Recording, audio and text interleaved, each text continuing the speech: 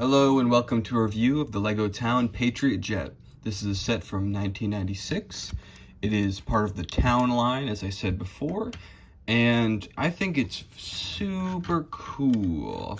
Now, right off the bat, I'd like to let you know that I'm missing one of the minifigures. They're just a simple Octane gas station service guy, and I'm missing the cart that comes with him. It's not really that much. It's just the side build, but the actual build is all here.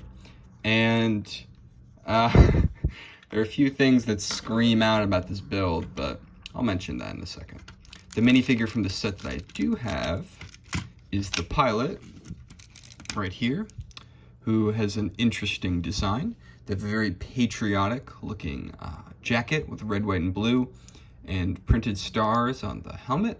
And they have the wonderful glasses face, one of my favorite faces I think Lego's ever done. Maybe not, maybe I shouldn't go that far, but I really do love the simple sunglasses. And if we take a look at the plane itself, it also shares that color scheme of red, white, and blue. And the name Patriot Jet, you know, patriotic, but it's not really patriotic towards Denmark, which is the place where Lego comes from. It's patriotic towards the United States, which kind of seems like a weird pandering move because, like, I don't know, like, every other market that Lego is in would just be like, oh, okay, it's an America jet. But I kind of get how they'd be like, okay, we've got this design. It's got 3 colors. We have a limited color palette, especially at the time. What colors are we going to make it? And it's like, okay, red, white, and blue. We can make it French, or we could make it American, and it'll probably sell better. And that's what they did. This thing's American, and it's American. There should be a bald eagle sticker here, but I didn't realize that, and my piece didn't have it, so I'm unfortunately without the bald eagle sticker. What I love about this plane, though, is the layering of it. Let me adjust this a little bit so it can look as perfect as it can at max coolness. You see here that the layering is very, very smooth. You've got the bottom layer, which is completely red, and has this nice curvature. This set has the traditional blocky Lego feel that I can't get enough of. Besides the black there, it's all red on the bottom. The middle layer is 1 plate thick and it's white, which is all these, you know, it's all plates, it's all slopes plates, that kind of stuff. And then the top layer is blue.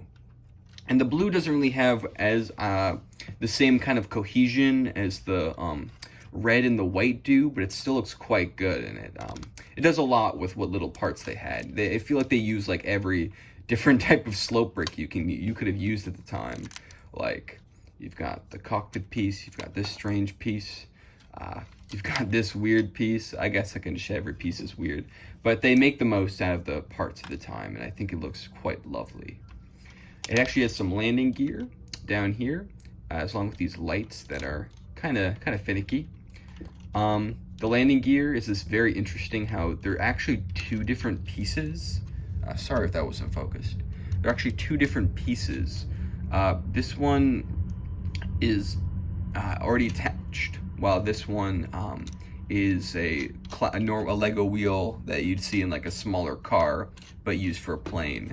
So very, very weird. I don't know. It's kind of I don't know. It made kind of putting this together a little bit of a pain, because I had to find this specific one. Otherwise, it wouldn't be complete. But yeah, it does its job. It's probably my least favorite part of the set, because I feel like the angle that it kind of gives the plane isn't really too appealing. Maybe I guess if maybe it was a little bit down tilted, that would look pretty good. But that would require them to kind of change the design they've got going on, where the layers are very consistent, and it would kind of mess with it. Look around the back, you've got this sort of engine thing. No fire or anything, just a rotating dude.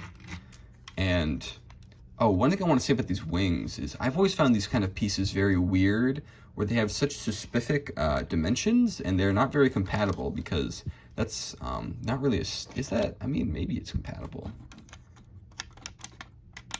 It is and it isn't. It depends. Like, there are some parts of this that do work, like do connect to other studs, but some were just that on the top especially. It's just kind of an unwieldy piece to work with, even if it is effective in some ways.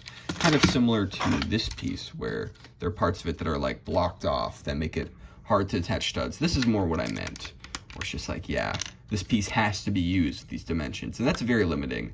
But I guess that makes sense, because this set works very well with these pieces. I don't know why I keep breaking this thing, man. I'm just a clumsy fella. What can I say?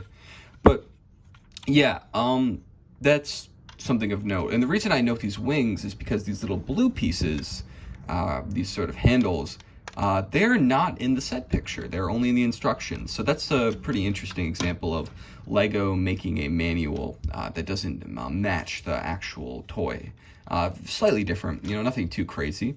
This guy isn't in the set, but my little brother, I was building this when he was around, when I was hanging out at my house, my home, my childhood home. And he made this little guy out of the soccer torso, and he said, "This is Canada guy. He's on here." And I'm like, okay, he is.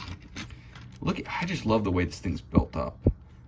This pieces all come together in a very satisfying way. Besides this connection is probably the least cool, but it's still okay. I guess if you remove this and this, now that's smooth, but you know, then you're missing a bunch of area right there. So I understand why they opted to have it like this. It just looks a little bit lumpy when before it was very, very smooth. This set has another secret, and that's that there's this this engine on the inside, and it's kind of intricately built. I was pretty surprised when I saw spurious looking prints in here, and there's a lot of detail, and it's quite a cute little feature. It does make sense because of the maintenance cart that the set comes with. That's what you do the maintenance on. And opening up this, you have quite the detailed little cockpit with one of the record tapes, a yellow inside, which is funny because it does use all the three primary colors, and you've got one of the computers that I associate with the Arctic theme, but it makes sense here. Really nice detailed cockpit. It just feels like they're using the most out of the space they have without going too uber detailed. It's just, to me, it's like the balance is just right. No piece is really wasted, and nothing really, every piece contributes to the aesthetic, but at the same time, it's very dense and detailed. These prints, though, too, I don't know, these are really ugly looking. Let's take a closer look at this. Like, they're very off-center. I just don't like these. And of course, like, the America propaganda is kind of embarrassing.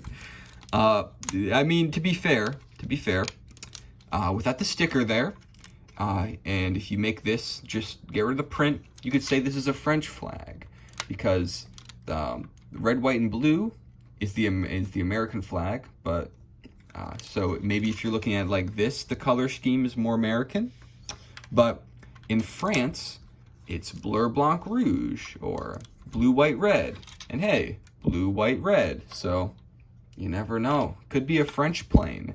French patriotism is on a high in 1996 specifically. That's really all I have to say about the set. It's very simple, you know, town tends to be that way, but I just have to, I don't know, it's very well executed. There are very few things I would change. Probably this lever doesn't really do much, but yeah, it's cute. I like it a lot, and it's a great set. Thank you for watching.